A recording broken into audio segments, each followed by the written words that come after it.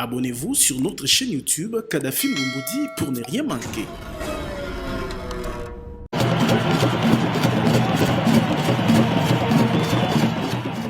Lusaka, capitale de la République de Zambie, a vibré ce mardi 24 août 2021 au rythme de l'alternance politique consécutive à la victoire de Hakainde Hichilema, l'opposant historique à ce jour, âgé de 59 ans. Dans le Heroes Stadium de Lusaka, peine à craquer, les Zambiens ont assisté à la passation du pouvoir entre Edgar Lungu et celui qui le succède pour 5 ans à la tête de ce pays. Plusieurs chefs d'État ont participé à cette cérémonie.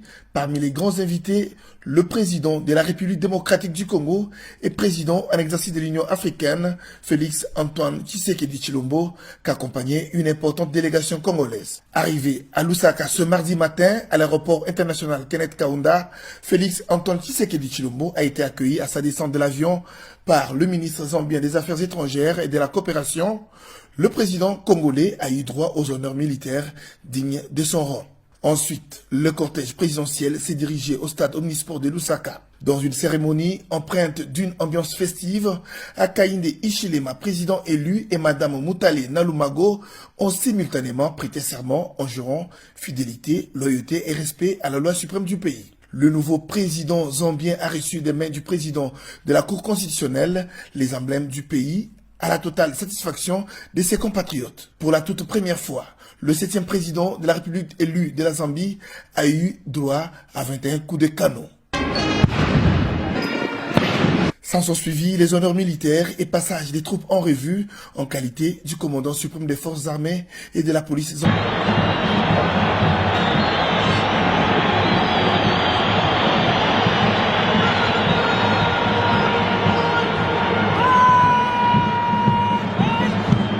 Prenant la parole, Félix Antoine Tshisekedi Tshilombo, en sa qualité du président en exercice de l'Union africaine, a rendu hommage au père de l'indépendance zambienne, Kenneth Kaunda, et promet au 7e président zambien élu le soutien total de l'Union africaine. En ce jour historique pour la République de Zambie et pour l'Afrique, je ne pourrais manquer de rendre un vibrant hommage au père de l'indépendance zambienne, le docteur Kenneth Kaunda, dont le rôle et l'attitude ont été charnières dans l'avènement de ce que nous vivons aujourd'hui. De manière très cordiale, Excellence Hakainde Hichilema, chers frères, je vous adresse mes vives et chaleureuses félicitations pour votre brillante élection à la tête de la République de Zambie. Conscient des défis qui sont les vôtres dès aujourd'hui, je vous souhaite un fructueux mandat et vous assure de l'accompagnement de l'Union africaine conformément à ses missions et à ses compétences. Hakainde Hichilema, homme d'affaires autodidacte, a été élu avec 2,8 millions de voix au terme de l'élection présidentielle de 2021, dont les résultats ont été rendus publics par la Commission électorale nationale le 16 août 2021. Abonnez-vous sur notre chaîne YouTube Kadhafi Moumoudi pour ne rien manquer. La presse, bonjour. Professeur, ça fait une semaine depuis que vous nous aviez reçus ici. Nous nous retrouvons avec vous aujourd'hui. La première préoccupation est que vous puissiez nous dire où est-ce qu'on en est avec la situation épidémiologique par rapport à la capitale de vos provinces. Voilà, donc depuis notre dernière rencontre, je pense qu'il y avait 2 événements importants. Premièrement, c'est la réunion que nous avions eue, le secrétariat technique, les task force présidentielles et le ministre de la Santé et d'autres ministres, la réunion que nous avons eue avec le président de la République. C'était le vendredi 13 août. Et là, les mesures ont été annoncées par son Excellence, Monsieur le ministre de la Communication. Je pense que ce qui m'a frappé le plus, c'est la situation que nous avons connue avec l'annonce des ouvertures des bars. Et ça a été vraiment un événement particulier, si on peut le dire. On va revenir. Et on dirait que c'était la fête de la fin d'année. Des séances de jouissance partout. Alors, le deuxième événement, c'était le samedi 14 août.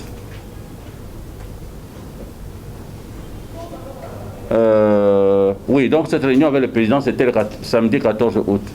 Mais le vendredi 13 août, nous avons donc assisté à l'arrivée du vaccin AstraZeneca. En tout, c'est 51 840 doses qui sont arrivées. Ce sont là donc les deux grands événements, n'est-ce pas, de la semaine. Et en ce qui concerne la situation épidémiologique, nous avons les mêmes tendances que la semaine passée, c'est-à-dire le nombre de cas diminue de façon constante au niveau de la ville-province de Kinshasa. Mais par contre, il y a une augmentation des cas dans certaines provinces, dont le Haut-Katanga, le Lualaba. Et maintenant, nous voyons aussi une tendance vers la baisse en ce qui concerne le Congo central. Bon, ce que nous disons, il y a une baisse du nombre de cas à Kinshasa et d'une façon générale pour le pays, mais cela ne veut pas dire que la Covid a été vaincue. Nous insistons beaucoup pour que la population continue à garder donc à observer les gestes barrières, parce qu'il n'est pas impossible que nous ayons une quatrième vague. Une quatrième vague que nous craignons, qui pourra peut-être être beaucoup plus meurtrière, beaucoup plus sévère que la troisième vague que nous venons donc, n'est-ce pas, de vivre. Donc, je vous en prie, soyons donc vigilants et continuons à garder donc les mesures barrières. Et maintenant que les vaccins vont venir, si nous combinons les deux mesures, il est possible que nous arrivions à la maîtrise, n'est-ce pas, de ce virus qui continue toujours à défier notre intelligence, notre façon d'agir. Voilà donc la synthèse de ce que je pourrais dire pour le moment. Question de Didier Lanas à RTNC. Bonjour professeur. Bonjour. Oui, avant que nous puissions prendre les avis de la population, il y a un événement important. Nous avons trouvé que, nous avons vu, vous avez reçu des sénateurs qui sont venus. Est-ce qu'ils sont venus à l'INRB ou bien ils sont venus à la riposte? Cette relation, cette bonne relation que je peux ici appeler, vous avez donc réussi à mettre la multisectorialité au pas. Voilà, oui. Donc, c'était hier. Nous venions de recevoir une délégation de 5 sénateurs élus de Kinshasa. Ils sont venus pour la riposte, mais à l'INRB. Dans ce sens que ils sont venus voir et nous faire des suggestions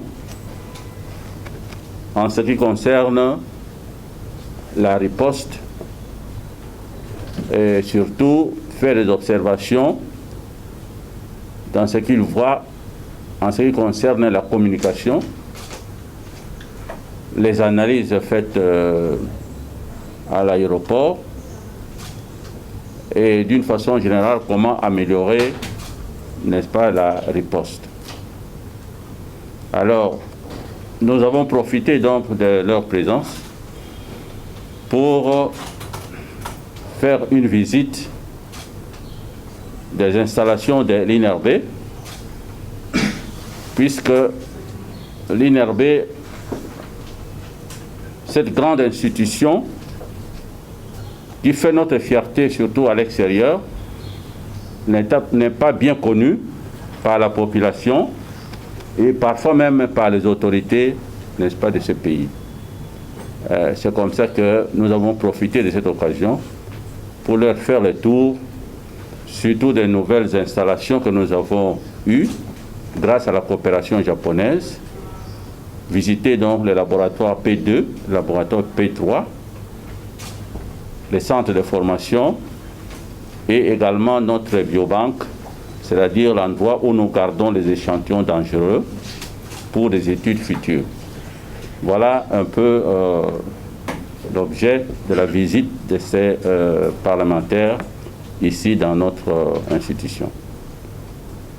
Professeur, à propos justement de la visite des sénateurs, quel impact voyez-vous personnellement par rapport à cette visite sur le plan de catalyser la population, que la population a quand même vu dans les images que vous avez reçu leurs représentants au Parlement? Je pense que vraiment c'est une bonne chose parce que les sénateurs sont les représentants, enfin du peuple si vous voulez dire, sont les représentants du peuple, donc ils ont des rapports avec les communautés, etc.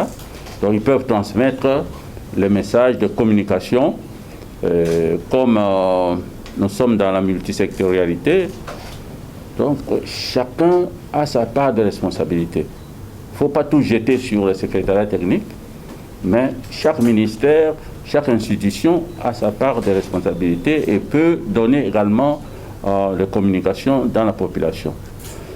Également, bien sûr, c'est le Parlement qui vote, n'est-ce pas, le budget. Qui vote le budget. Et donc, pour nous, ces sénateurs sont comme des ambassadeurs aussi au Parlement pour dire, voilà, il faut soutenir financièrement les activités de la riposte. Une question est celle de savoir par rapport à ces deuxièmes doses qui viennent d'arriver depuis le vendredi 13 août dernier. La quantité est-elle vraiment suffisante pour toute l'étendue de la République?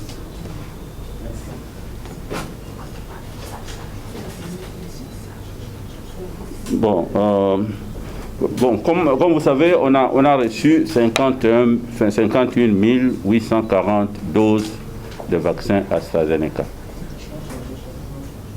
Bon, pour toute la République, bien sûr, c'est presque... C'est une petite goutte dans l'océan.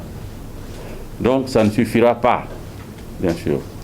Et d'après notre conversation d'hier avec le directeur du programme élargi de vaccination, qui en fait gère la vaccination Covid, ce premier lot qui est arrivé, c'est pour en fait donner à ceux qui avaient déjà reçu leur première dose. Vous voyez? Et même ceux-là, c'est déjà 80 000 personnes qui étaient vaccinées, qui attendent donc la deuxième dose. Et donc, avec 51 840, vous comprenez que ce sera aussi difficile. Donc, nous disons ceci. Cette quantité de vaccins qui est arrivée, c'est réservé à ceux qui avaient déjà reçu leur première dose. Et ils vont donc recevoir la deuxième dose, au moins la grande partie de ces vaccinés. Et comme l'avait promis le président, dans les jours à venir, il y a d'autres vaccins qui vont venir, d'autres types de vaccins qui vont venir. Il y a le Pfizer qui va venir, Moderna qui va venir, dans le cadre du mécanisme COVAX, et également l'Union africaine, qui est maintenant présidée par notre président de la République. L'Union africaine va également envoyer des doses de vaccins, je crois dans les 20 millions de doses qui vont venir. ce sont les vaccins Johnson & Johnson. Donc, d'ici septembre, nous aurons assez de doses de vaccins de différents types pour vacciner le plus possible de personnes ici en RDC. Donc ne soyez pas pressés pour recevoir pour se précipiter pour recevoir le vaccin AstraZeneca, parce que les doses qui sont arrivées, c'est pour compléter ceux qui avaient déjà reçu la première dose. Et les autres vaccins qui vont venir, ça peut permettre à ceux qui veulent donc se faire vacciner de venir vite se faire vacciner. Abonnez-vous sur notre chaîne YouTube Kadhafi Mboumoudi pour ne rien manquer.